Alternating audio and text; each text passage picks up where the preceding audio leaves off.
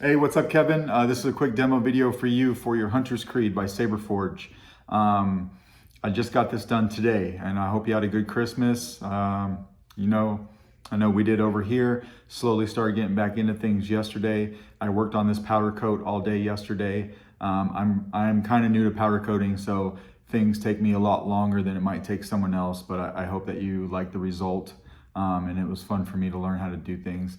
I did sand this entire piece right here, like from my finger right here all the way down to here. Anything that's bare aluminum, I sanded it. I spent quite a bit of time actually, from a rough grit down to a fine grit, and then I buffed it. I just wanted it to have a nice matte clear finish. So it is different from the finish that you sent me, but it is all even and nice and smooth. I just thought it went well with the theme, right? So what I did was I came in here with that color scheme that you wanted me to in between all of the pieces and got that kind of light blue. You can really see it really well right there. You'll see it well here in person. It may not pick up well on the camera, but you can see it right there on the pommel pieces. Did all that.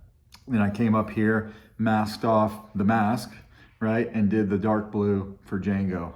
And then I got the two earpieces as well. I did not powder coat the screws to put these on. I didn't want to do that. I thought it made a nice contrast. Plus I didn't want to ruin the hole to get your set screw in. So those pieces were taken off and powder coated separately and then put back on. But I think it came out really nice, man. So let's get into the build, right? This is a CFX. It's installed with CFX NeoPixel. You've got CCSabers LED pixels in here, and those shine really well. This is a 2-button setup. So of course you got your switches right here. Your front switch right here is going to be your activation, and then of course your back switch right here will be your auxiliary. Now you've got 2 set screws right here. You don't want to mess with this one. So this one I used, I actually have a 2-part chassis in here. This is completely wireless.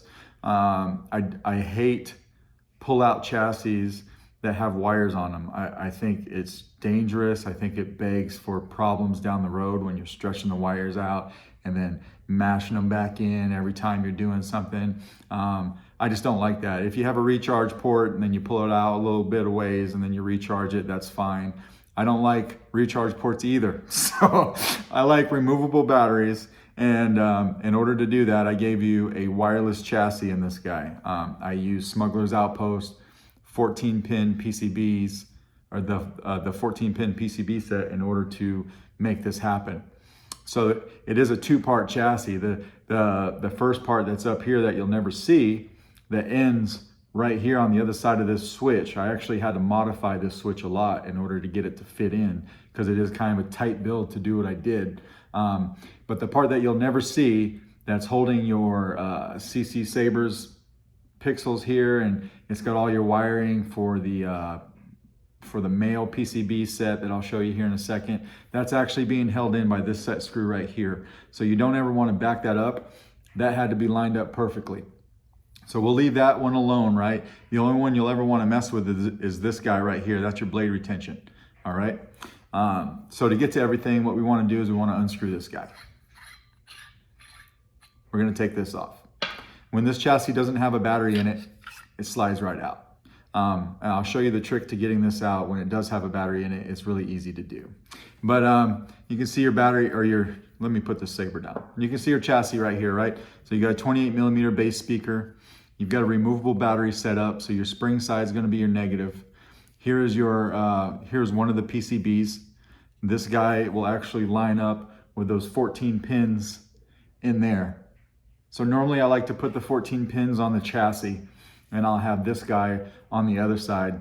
But because of the setup and the way it needed to fit, it was better for me to line up those 14 pins on the inside here and just make it this way. So you do have 14 pins in there that you'll see when you get this in hand.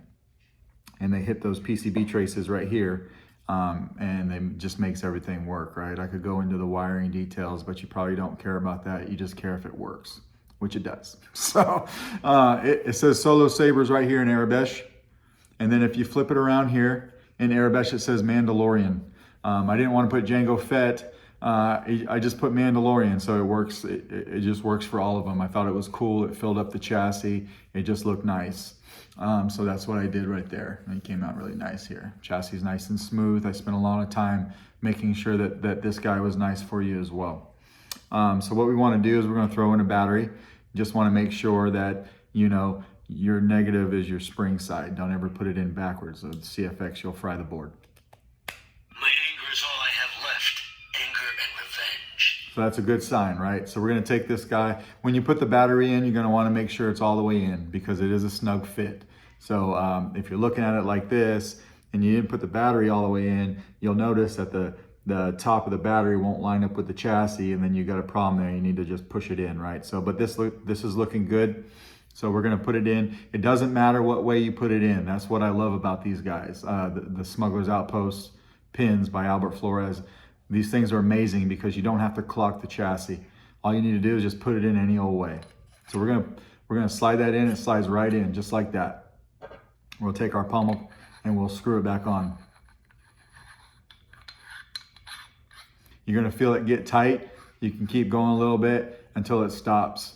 The second it gets tight, it's hitting those springs or those pins, and those pins are on a spring. So when you tighten it just a little bit more to make sure that they're all engaged, that's all you need to do. So before I put a blade in it, we're just gonna wake up the board. I'll show you that your pixels are working great, and then we'll put a blade in it and actually do the test that way. So we'll wake up the board with the activation. Why should I believe you? Nice and loud. See, all your pins are lighting up well.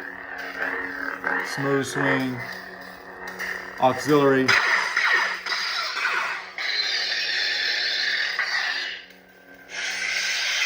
So your pins are all your LEDs are looking good. This time I'm going to test with a full length blade. I usually test with my little test blade, you know, but over the course of the last couple weeks, I've slowly made this blade. This is my personal blade, and this guy this Saber deserves a full length test. So we put the blade in, it goes in nice and easy, and then I tighten down your blade retention right here. So now we're gonna turn it on. Why should I believe you? Activation. Everything's looking good there. That looks really cool, especially when you kind of look at it like this, right? That looks cool.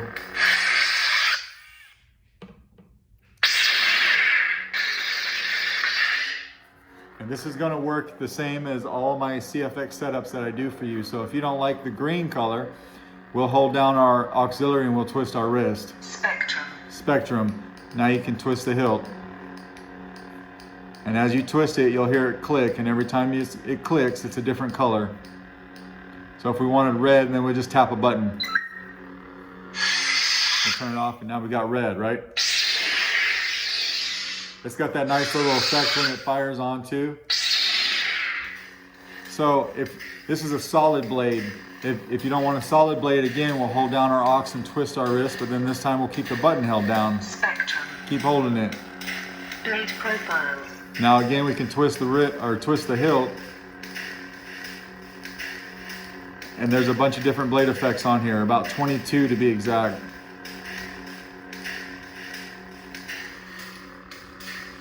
This one just changes color, it's pretty cool. This one's like a Sauron blade. I believe this is Robert Sotomayer's.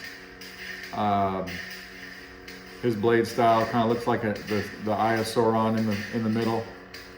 But you just got a bunch of different ones here. So if we pick this one, just tap a button. And it's got a nice little pre-off effect. It's got that trace that follows it, and then it'll shoot up when you turn it on as well. Just like that. I think it. Try to show it to you again, full length. Just like that. Now we could tap for blaster deflect, or we could hold our auxiliary down for blade lockup.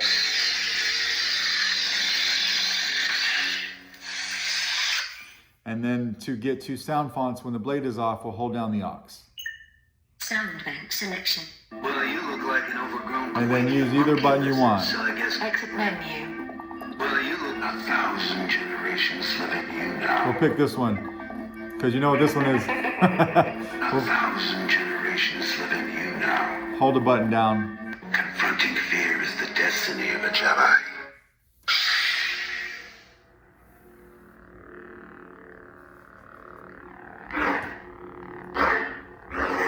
This is pretty heavy with a blade in it. I'm not used to testing with a full-length blade. This is a 36-inch.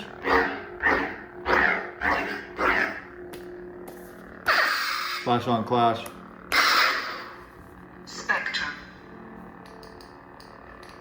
If we wanted blue. Right? So you can see everything's working well there. We'll take the chassis back out now. So I'm just going to back up this blade retention, pull the blade out, comes right out. And I want to take this pommel off, obviously, right? So everything's a pretty snug fit in here with the battery in. So if it doesn't just come out for you like that, which this time it did, but if it doesn't, what you want to do is just kind of cup your hand, take your hand and go like that a few times and it'll pop right out, and you could pull this guy out just like that. Now to get the battery out, I usually just kind of take a tool, and on the positive side, I'll just take that tool, I'll put it in here and I'll pop the battery out just like that. And it comes out. This battery cradle is a little smaller than what I usually make them because I needed to get everything to fit in this guy. So, you know, that's just how I did it.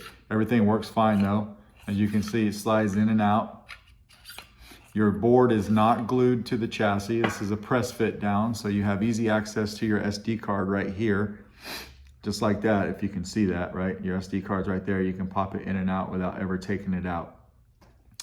And just like that. So when we're done, we'll just put the chassis back in, and then we will just screw the pommel back on. Just like that. And that is your Saber. So if you got any questions, let me know. If not, I will pack this guy up and get it out in the mail to you tomorrow. Thanks, man.